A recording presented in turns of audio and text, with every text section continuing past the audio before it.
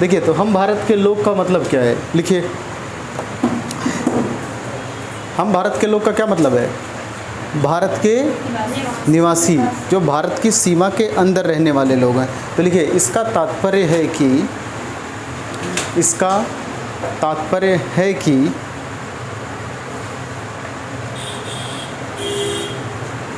भारत एक प्रजातांत्रिक देश है।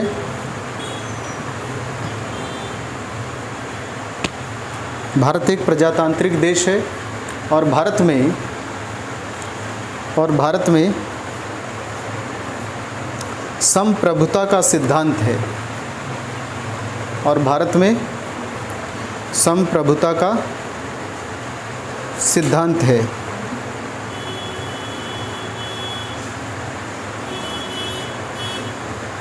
इसका तात्पर्य यह भी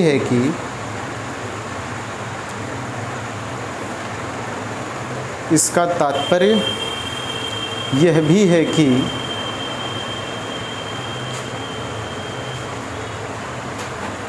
भारत में जनता का शासन है।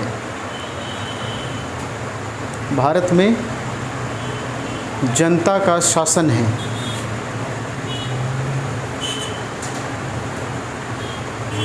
और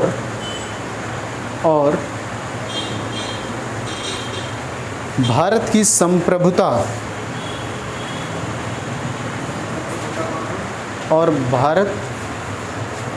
की संप्रभुता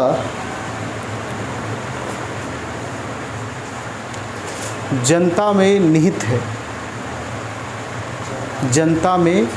है, यानी जनता के अंतर्गत ही है। Full stop. समझ पाए इसका मतलब?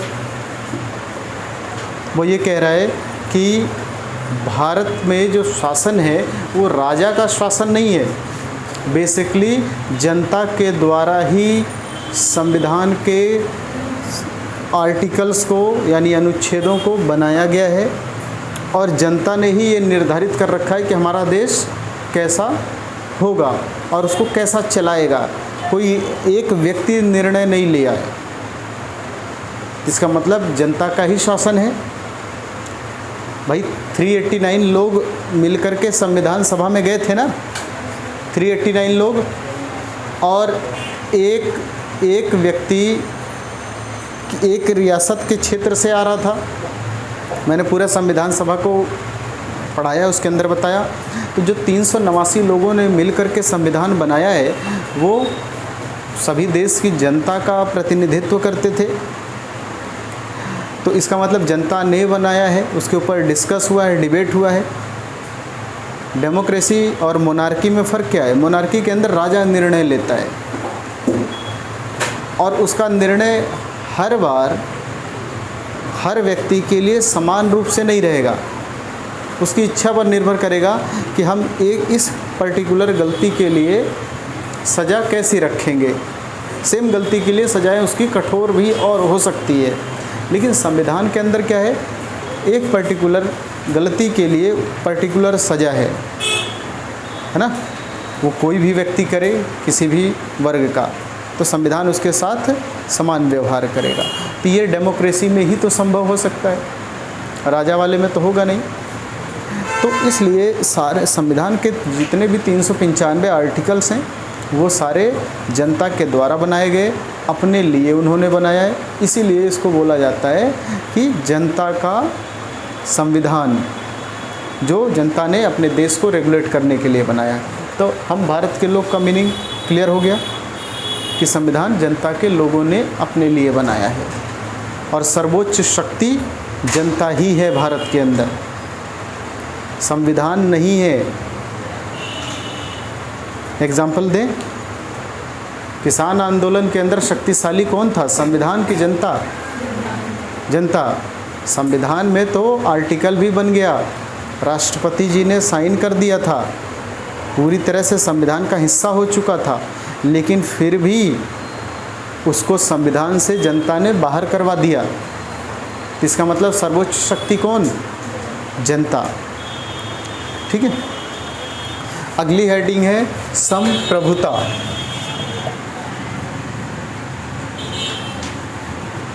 संप्रभुता। संप्रभुता का मतलब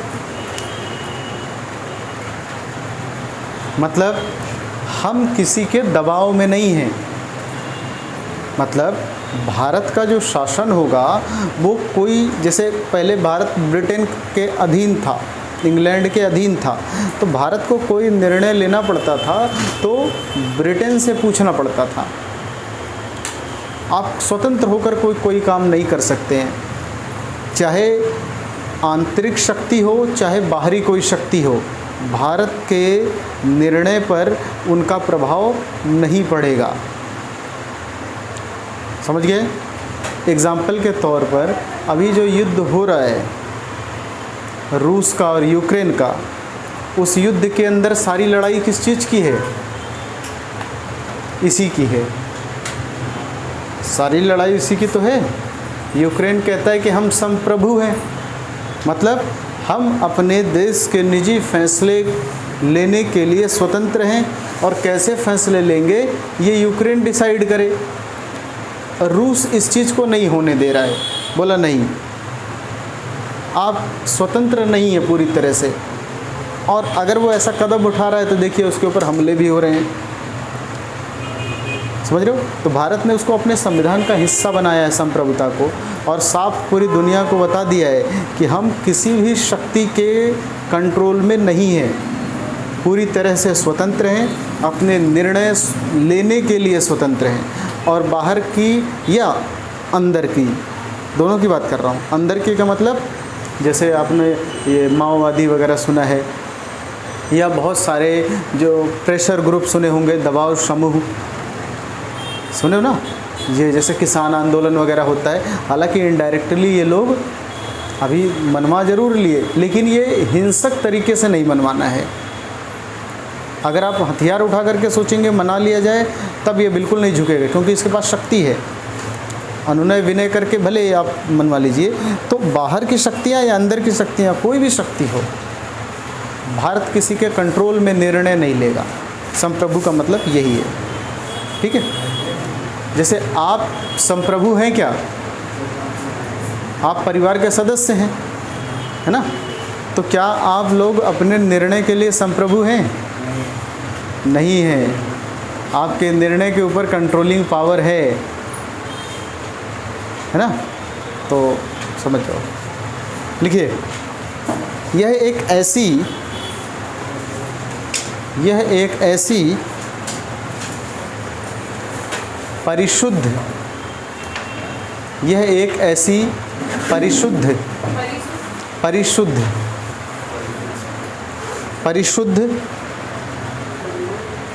एवं संप्रभु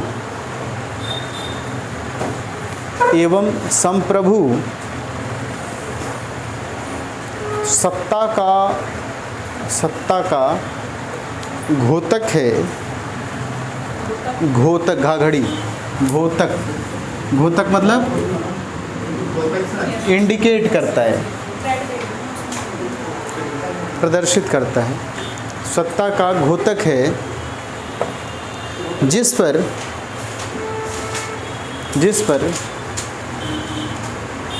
किसी आंतरिक एवं बाह्य शक्ति का,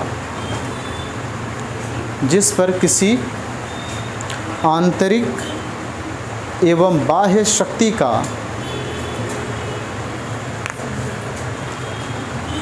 नियंत्रण नहीं होता। आंतरिक एवं बाह्य शक्ति का नियंत्रण नहीं होता। हो गया? अब पूरी लाइन का निचोड़ ये निकल करके आता है। एक लाइन में लिखना चाहो ब्रैकेट में ये लिख देना, भारत किसी के दबाव में नहीं है।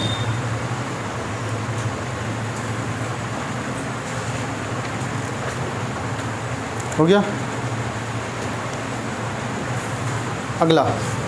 अगली हेडिंग है इसके अंदर समाजवाद। समाजवाद क्या है?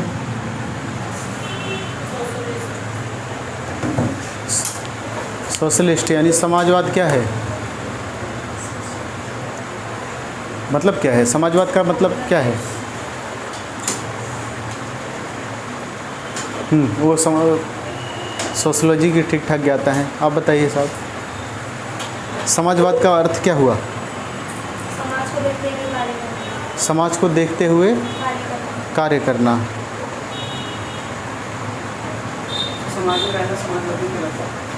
समाज में रहना समाजवाद कहलाता है। और कोई बताओ।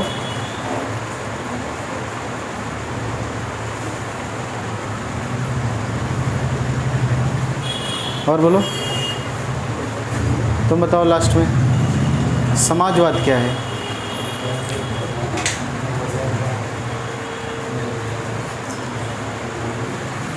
समाजवाद से तात्पर्य है कि समाजवाद से तात्पर्य है कि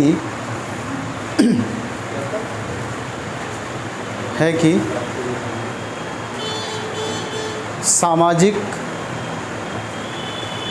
आर्थिक तथा राजनैतिक रूप से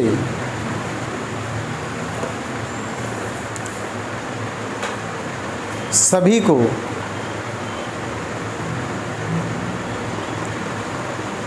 को समान रूप से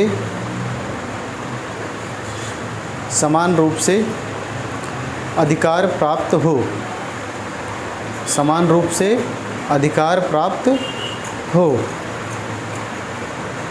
मतलब समझे, चाहे वो सामाजिक रूप से हो, सामाजिक नज़रिए से, आर्थिक यानी कि पैसा कमाने से, अगर कोई कुछ भी बिजनेस करना चाहे तो आप उसे रोके ना, या यानी कि जो देश है या राज्य है उसके ऊपर कोई प्रतिबंध ना लगाए। और राजनीतिक रूप से कि अगर राजनीति के अंदर कोई व्यक्ति आना चाहे तो उसको धर्म, जाति, लिंग, क्षेत्र, भाषा के आधार पर उसके साथ भेदभाव ना किया जाए। तो ये तीनों चीज़ें अगर समान व्यवहार में आती हैं तो वहाँ समाजवाद होता है। तो अगर पूरी बात को एक लाइन में लिखना चाहो तो लिख देना सब कुछ सबका। सब कुछ हो गया, फुल स्टॉप। प्राप्त हो के आगे ब्रैकेट में अगर लिखना चाहो तो लिख दो सब कुछ सबका। अगला है पंथ निरपेक्षता।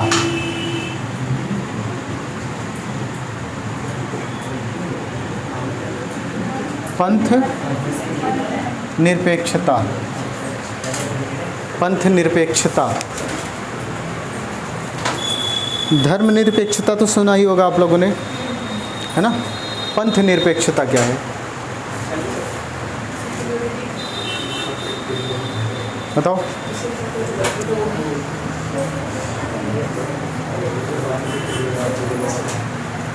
हेलो, देखिए पहले समझा रहा हूँ, समझ लीजिए ज़रा। धर्म निरपेक्षता मतलब सेकुलर, है ना। ये धर्म का मतलब ये होता है जैसे कोई व्यक्ति, जैसे मैं हूँ, किसी हिंदू, मुस्लिम, सिख, ईसाई किसी धर्म के साथ मेरा कोई भेदभाव नहीं हो, यानी कि मैं एक सेकुलर हूँ, हर एक धर्म का बराबर सम्मान करता हूँ और बराबर मतलब सम्मान के साथ, बराबर नज़रों के साथ, व्यवहार के साथ में उसके साथ जुड़ा हूँ, उसको बोलते हैं धर्म निरपेक्षता। पंथ निरपेक्षता का मतलब ये होता है कि राज्य का आपके साथ कैसा व्यवहार है या देश का आपके साथ कैसा व्यवहार है। व्यक्ति से ही होगा ना, राज्य का संबंध तो व्यक्ति से होगा, है ना। यानी कि भारत का क्यों कोई धर्म है, लेकिन जैसे अफ़गानिस्तान देश है तो अफ़गानिस्तान देश ने अपने आप को साफ शब्दों में घोषित कर दिया है कि हम मुस्लिम राष्ट्र हैं, यानी कि देश का धर्म हुआ। पाकिस्तान का अपना धर्म है, पाकिस्तान देश साफ कहता है कि हम मुस्लिम राष्ट्र हैं। लेकिन भारत ने साफ शब्दों में संविधान में इस बात की घोषणा कर रखी है कि भारत का कोई धर्म नहीं है, भारत पंथ निरपेक्ष राष्ट्र है। मतलब यहाँ पर सभी धर्मों के साथ समान व्यवहार किया जाएगा और राष्ट्र किसी विशेष व्यक्ति के धर्म को प्रमोट भी नहीं करेगा। यही भी स्थिति राज्यों के संदर्भ में भी बनाई गई है कि राज्य किसी विशेष धर्म को प्रोत्साहन या प्रमोट नहीं करेगा, चाहे उस राष्ट्र के, उस राज्य के अंदर या उस राष्ट्र के अंदर ज़्यादा संख्या में किसी विशेष धर्म के लोग ही क्यों ना रहते हों। समझ गए? तो अगर विशेष धर्म की जाति के लोग रह रहे हैं तो इसका मतलब ये नहीं कि उसको प्रिविलेज दे दिया जाए कि ये अल्पसंख्यक हैं, ये बहुसंख्यक हैं तो बहुसंख्यकों को ज़्यादा है ना, इनको प्रिविलेज दे दिया जाए और इनको अधिकार ज़्यादा मिले, अल्पसंख्यक हैं तो इनको थोड़ा सा कम दिया जाए। ऐसा राज्य का या देश का भारत में कोई धर्म नहीं है, कोई प्रिविलेज नहीं है।